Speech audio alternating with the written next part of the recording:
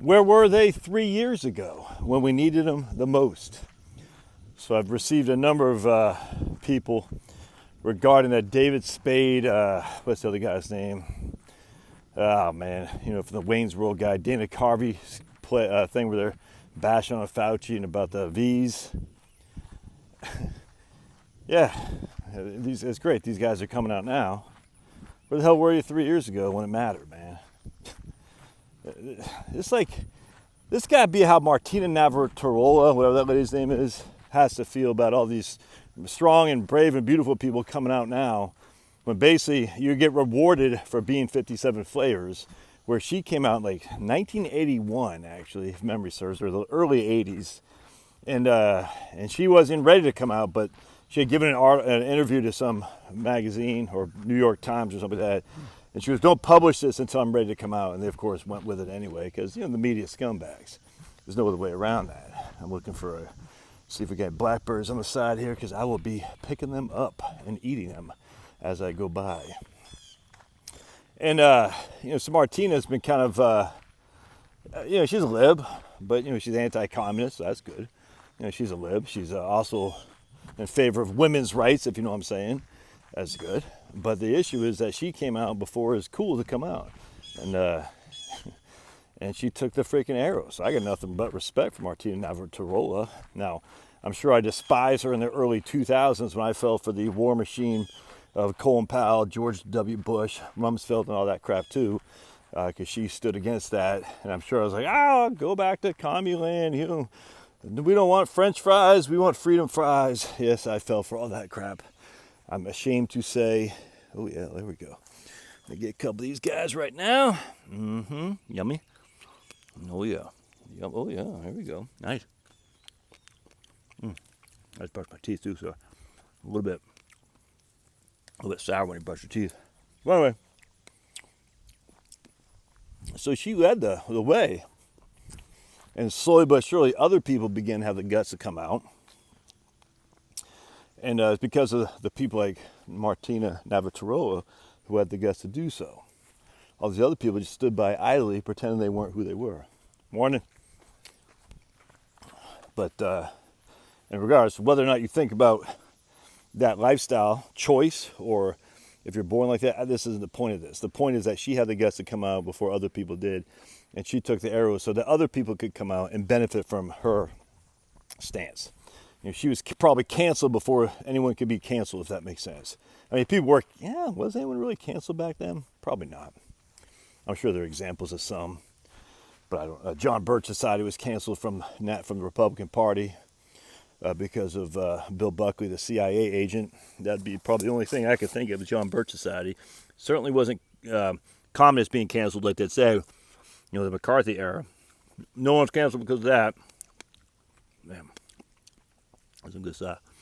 So now we got Dana Carvey, Harvey, whatever the hell his name is, and David Spade stating the obvious. And somehow we're like, yeah, you're right, man. That's crazy, Fauci. What an idiot. How many people suffered because of tormenting of the V a-holes, the V-holes, if you know what I'm saying. I had it on my own channel, dude. I get suspended a couple times on this channel, not for telling people not to do something, but for questioning the efficacy of what they were saying was safe and clear, safe and effective, safe and effective, safe and effective. And I said, I even looked at the Pfizer study that was making all the rounds. I said, no one actually read this. You could tell because you read it. You say, wait, this doesn't prove anything. It's the exact opposite. It says, this leaves me even less confident that these guys know what they're doing. No one cared. And people on my own channel, I thought we're friends. Like, oh, you're going to kill people. I said, I'm not telling you not to do it. In fact, I said explicitly, if you're old and you got comorbidities, it's probably your best bet, without question. I don't trust any of these guys, but I know for a fact, I was talking to my mom this other day. You know, she's heavy, she's in a wheelchair, she smokes. And she's old, heavy, wheelchair, smokes, lots of issues. Taking the V probably makes sense. Probably makes sense for her, you know what I'm saying? I don't think it's going to rock her world to take the V relative to my children, for instance, who are young, have no comorbidities, and are mobile and are thin. But for my mom, sure, I always said that. Take the V. If you have comorbidities and you're old, the risk to you of the C is a hell of a lot worse than the risk to you of the V, in my opinion. But that's not based on any kind of claim that I know more than you guys do. It's just based on common sense. Because the V probably won't do nearly the damage the C would. Now, we know if the C was the F, if you know what I'm saying, I hope you know where I'm going with the F, magically how the F just went away the last couple of years. I was just telling my mom the other day, because we had a family member who had to get medevaced out because of the C. And I said, was it really the C or was it the F? Because remember, there's no F for about 2 years. I post stuff every day. Minnesota, their website, I see a Minnesota website said they have the numbers of the F, and it just went down like a brick in water while the C went up. It didn't take a rocket science to make a correlation there. To say, the C went up, the F went down. Does the F cause people to die? Unequivocally. At least in terms of what we've been told, and I'm not challenging that. We've been told the F causes thousands of people to die a year. Before 2020 came along, the F did. Like 35,000 people died a year with the F. I hope you know what the F is. That shouldn't be hard to figure out. The C came along, and all of a sudden the F no longer caused people to die. The C caused people to die instead. Again, with just like Fauci said in the New England Journal of Medicine in February 2020, the C is an extreme F. That's what he said. He said that. I didn't say that. He said it. A serious F is what he said. The C was. He said that in the New England Journal of Medicine 2020 February. Look it up. It's probably not even out there anymore because I'm sure even the Wayback Machine probably doesn't hold all that because the Wayback Machine is corrupted. That's archive. Anyways, oh man, look at all this. It's going to be hard to get in there while I'm doing a video, so I have to come back. Man, dude, I love foraging for freaking fruits. There's nothing better. I tell you, man, one of my best memories ever is me and my mom up in Peace Island, Maine. Summertime foraging for wild blueberries. If you haven't read the book, Blueberries for Sal, it's fantastic. I forgot the guy's name. It's like a picture book for little kids. That's like us. Oh my goodness, look at us. Look at that. Pay dirt, baby. Look at that. I need to freaking get my bucket out and start canning some of this stuff. That's what happens to Blueberries for Sal. They're foraging blueberries to can. And Sal's a little kid. I'm not sure if it's a boy or a girl. Might be 57 flavors. We don't know. But anyway, so mom's like, Sal, save some blueberries for us because Sal's eating them all. And Sal would drop a blueberry in his or her bucket and say, kerplink, kaplank, kaplunk. And all of a sudden, Sal would say, how come when my mom drops the blueberries in her bucket, there is no kerplink, kaplank, kaplunk? The reason was because Sal was eating all the blueberries in the bucket. And so mom wasn't. So mom's bucket was full of blueberries. So when she dropped them in, there was no noise.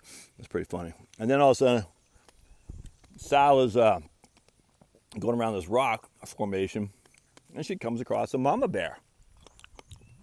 The mama bear is telling her baby bear, eat the blueberries as much as you can. You got to store them up for the wintertime, because bears hibernate and stuff. It's just funny. So Sal comes across this bear. This bear comes across Sal's mom, and fun stuff happens after that. It just cracks me up, man. Great book. That used to be like me. We never came across a bear, but it'd be me and my mom. By the way, it's a Sabbath video, so I appreciate y'all watching this. Any money I make from this will go into my my playlist for giving it to anti-abortion groups, pregnancy centers, in particular that help babies, moms who are dealing with being born with babies, where they can have a 4D picture of their baby so they don't abort it. You know what I'm saying? Because we know abortion is bad and abortion is evil. Good stuff over here. Berries? Oh yeah, absolutely. But so if you're watching this video, I keep a list every Sunday, I call it the Sabbath video. Every Sunday I use a playlist here, and what I'll do is I'll gather up the money I make off YouTube on my Sunday videos, and I'll give it to crisis pregnancy centers like we have in South Texas.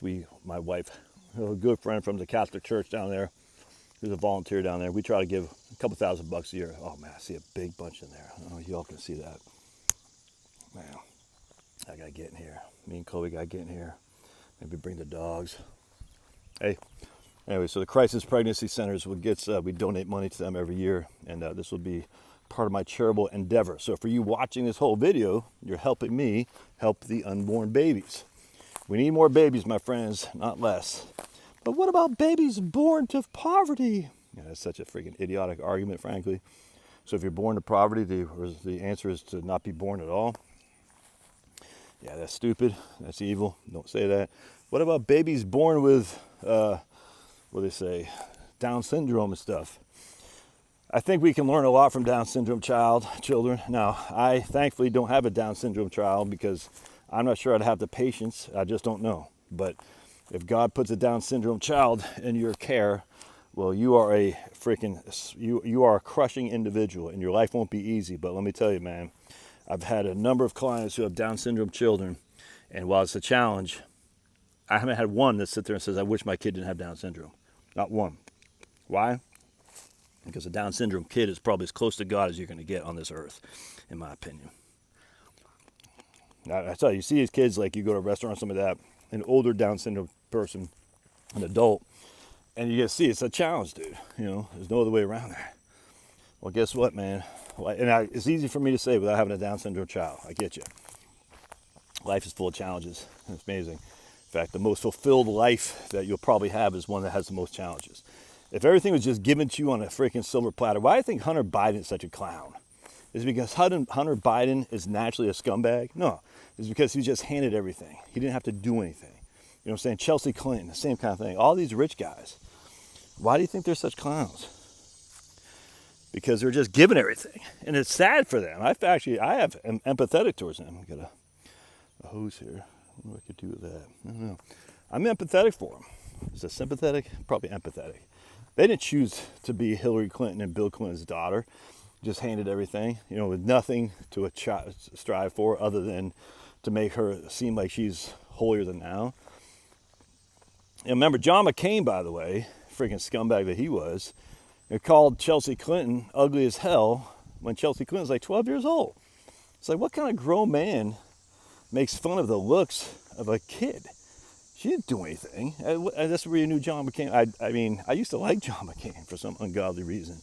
But when he made fun of Chelsea Clinton, initially I went hard. And I said, wait a second. You're making fun of a kid.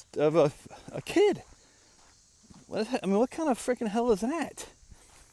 Scumbags, dude. You know what I'm saying? Jeez. I'll never forget that. I don't like Chelsea Clinton. I'm certainly not going to make fun of her as a child the way she looks. It's crazy. Anyway, so I'm just on my walk. We got a nice little park back here in Milton, Georgia. It's fantastic. And I just love going up here and foraging. Get some exercise, doing some videos, walking and talking. Anyway, so going back to what I was saying, we needed you 2020, David Spade.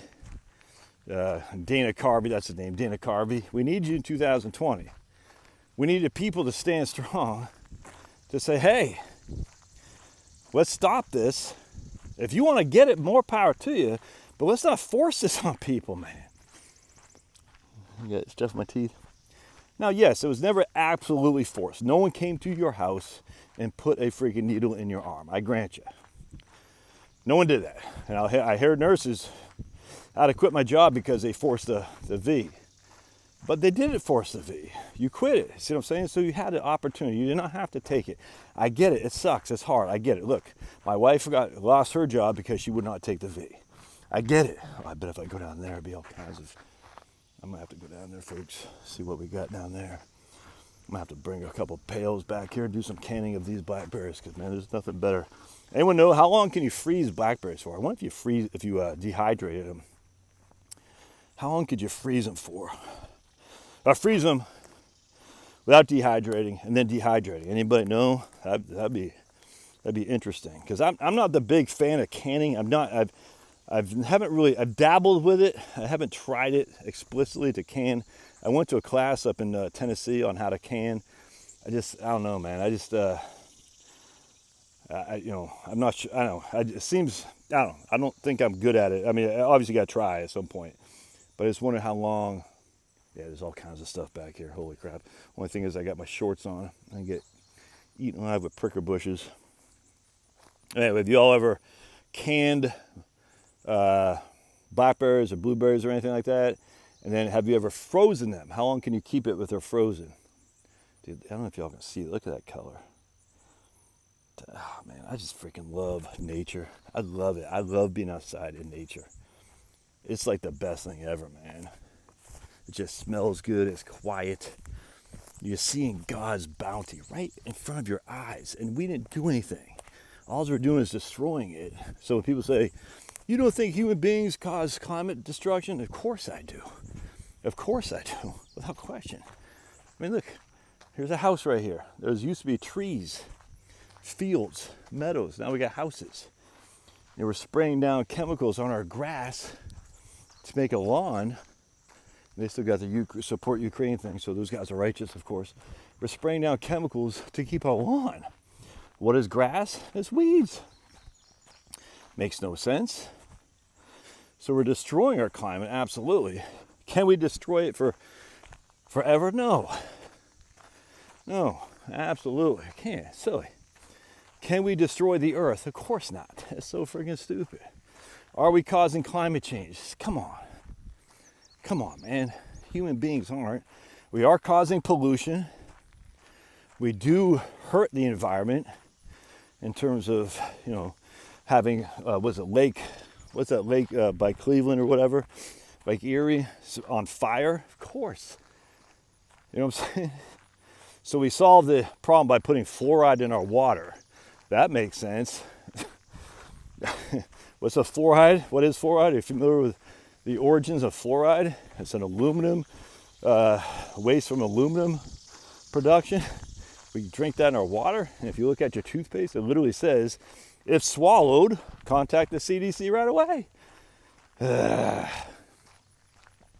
So of course the human beings can hurt nature, hurt the environment.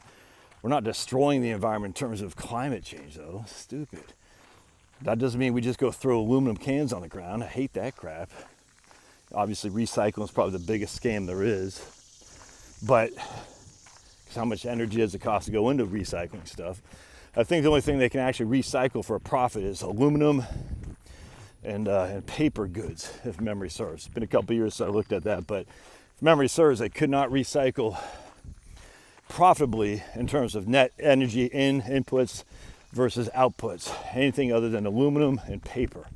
Maybe steel, I don't think so. I don't think steel can be profitably recycled. When I say profitably, I don't mean where you're making $1 profit. I mean net energy inputs versus net energy outputs. So like for instance, there's this big thing on nuclear fusion a couple years ago.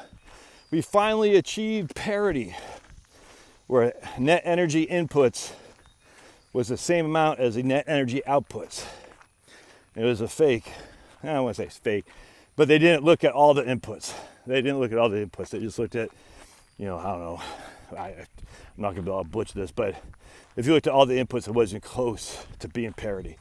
It's still a huge net loss in terms of energy going in versus energy coming out. But all the people said nuclear fusion's 2 weeks away, 2 years away, 5 years away. We're finally achieving parity.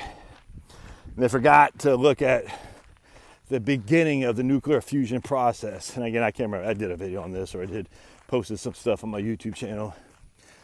And people just want to believe. It's kind of like with solar.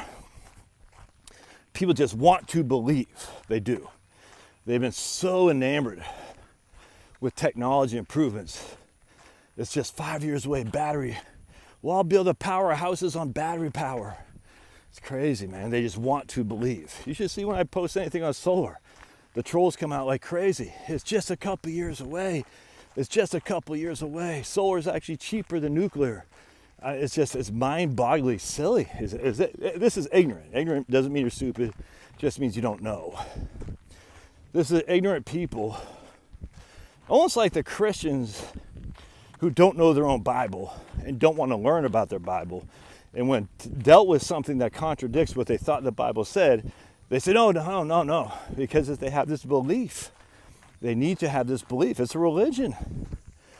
Technology, the belief in technology is a religion, without question. Just look at the advancement from the early 1900s, the beginning of the 1900s, 20th century to the middle of the 20th century. Insane amount of technology increase. Insane.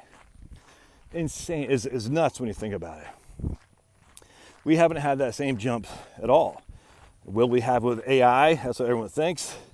Will we have it with battery so we can just store electricity? That's what everyone thinks. I mean, we've been talking about this for decades upon decades. Edison said he solved the battery storage issue like in 1904. He said the doubters of my electric vehicle basically can pound sand because we solved all this now. And of course, as in like 1904, it didn't solve it. Now, is there energy that's out there that we've been withheld from us?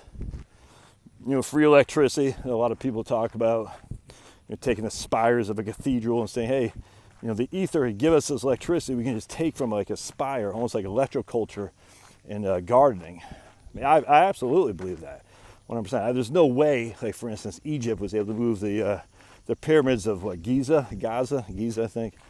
What I'm talking about, without some kind of mechanism that's run by motors or some kind of levitation. I don't know what it is, but absolutely we have tons of history that says that's impossible with just human labor. You know what I'm saying? Going back just centuries and centuries and centuries. So I truly believe that we have that things happen and there's a reset, the Great Reset, essentially. Maybe 1850 was a Great Reset, something like that. Because if you just look, you're like, wait a second, we got really no records. Very much, and people say Josephus and stuff like that. That's even questionable. But we don't have many records pre-1850. We don't. We have a little bit, I grant you. Martha Baldwin up in Maine. She was a midwife. The Midwife's Tale in Maine. Is that real? Probably. I don't know. But if you read like Benedict Arnold's missions through Maine up to Quebec, basically from Cambridge, Massachusetts up through Quebec, you're like, that didn't happen. No way, man. That did not happen in the middle of winter time. And then the Revolutionary War, Valley Forge and whatnot. Young men without shoes in the middle of the winter in Valley Forge, without shoes, without tools, without a house. And you're telling me, I don't believe any of that really happened the way they say it did. Again, what is it? Napoleon said, history is a lie agreed upon, or something like that. I completely agree with that. Like, I don't think, for instance, how do we know there's 7 billion people in the United States, in the world? How do we know that? Well, it's just what they tell us. Yeah. Well, you think about it. How long? Just think about this. How long have the human beings been on this earth, if that is true? And people say 300,000 years or something like that. It doesn't take a rocket science to kind of go back to figure out. Now, who's the guy? There's a Greeley, Hank Greeley. He's out of Stanford, I think. He does, and he's not a creationist or anything like me. But he's a researcher who looks back at at your legacy of humanity, essentially. It's pretty interesting, actually. It's like, no way the time doesn't match what we've been told. It just doesn't. I'm not sure I got off on all those tangents when I just want to talk about the people who stand strong at the front end are always the heroes. And I don't care about the 57 flavors. I'm not anti-57. I just don't care. Obviously, you push it on kids, you push on me. I think it's stupid to make everyone kneel down to it, but I don't care. You can do that if you want. I'm not going to kneel down to anything other than God, you know what I'm saying? And I'll put a bullet in my head. That's fine. I'll put a bullet in my head. Now, if I got tortured and with they're pulling off fingernails and stuff like that, I don't know what I'd do in that regard. But if you say you will bow down to 57 flavors or else get a bullet in my head, I'll take a bullet in the head. Without question. The only thing I'm going to bow down to is God. That's it, man. That's it. Dying in and of itself doesn't scare me. Being tortured does. I'm not going to lie to you. What the hell? That's pretty cool. Look at that. So you guys who know how to fix engines and stuff, that'd be something, a nice little toy for you right there. I think learning small engine stuff is would be a great second career, dude. I think if you learn how to fix small engines, you can make a huge headway in helping people with lawnmowers and stuff like that. I think you can make a lot of money doing that. I told you got my inverter generator, how to get it cleaned up, the carburetor and whatnot. And I'm not taking apart that, no way. Cost 120 bucks. It probably took the guy an hour or so. It's not bad money, dude. He did it on his own time, you know what I'm saying? Not bad money. And you know, could I figure it out? Sure. Would I figure it out as quickly as 120 bucks I paid this guy? No. Would I figure it out to make it work? 50-50. Let's see, got a pond right here. It's freaking awesome. Dude, nature kicks ass. It's gonna be a hot one here in Georgia today. Hot one. 93. Humid. That's the problem with deep south, dude. The heat and humidity will eat you alive. Eat me alive. Oh, we got a dog on. All right. Anyway, so the heroes are the ones who stand firm, who are first at the gate. The losers are the one who come in later. Look at me, I'm gay.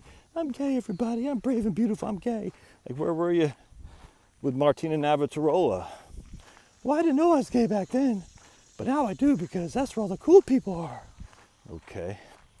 Look at me, I'm standing up against Fauci. Where were you 3 years ago when we need you? Well, I didn't know, I was trusting the science, and now, I don't know, it's easy to make fun of Fauci now because people are jumping off the bandwagon. Well, where were you? It's no different than how we did with Bush, dude, at the end of 2020 and 2001. People making fun of Bush, like, how dare you make fun of our president? I did the same thing, you did the same thing, many of you guys did. Now I realize what a crock that was. And so those people who stood firm against the war in Iraq, I got nothing but respect. The people who came on after the fact, John Kerry's of the world and stuff, after they already voted to send people there. You know, I voted for it before I voted against it, or whatever the hell it was. Nothing, but at least Bush will freaking go to his grave knowing full well that, he didn't capitulate in terms of, his view that we need to go to Iraq. And now whether or not I don't know. I don't know George W. Bush. He ain't the brightest ball, but be it as it may, at least he stood firm by his conviction that we needed to do that, it seems like. Hopefully, I don't know. Still can't believe they got that video of him. People are dying in Iraq. He's talking about the need to basically kill the terrorists over there if they come over here. Then he grabs a golf cart, gets off his golf cart. He goes, now watch this drive. Dude, can't believe I was this close to re-upping to go fight that war. I just can't believe it. Thankfully, my grampy said, dude, war is a young man's game, Josh. You already did your term. You don't need to go back, especially now that you got kids and a wife to support.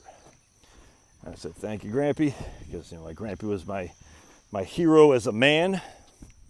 I said, if Grampy's telling me that, if Grampy would have said on the other hand, go fight war, we need to kill those guys over there if they come here, I would have gone. So Grampy saved my life, that's for sure. All right, love to hear your thoughts. If you got comments, questions, concerns, put them in the notes. I'm going to forward some more. And we'll see you guys later. God bless.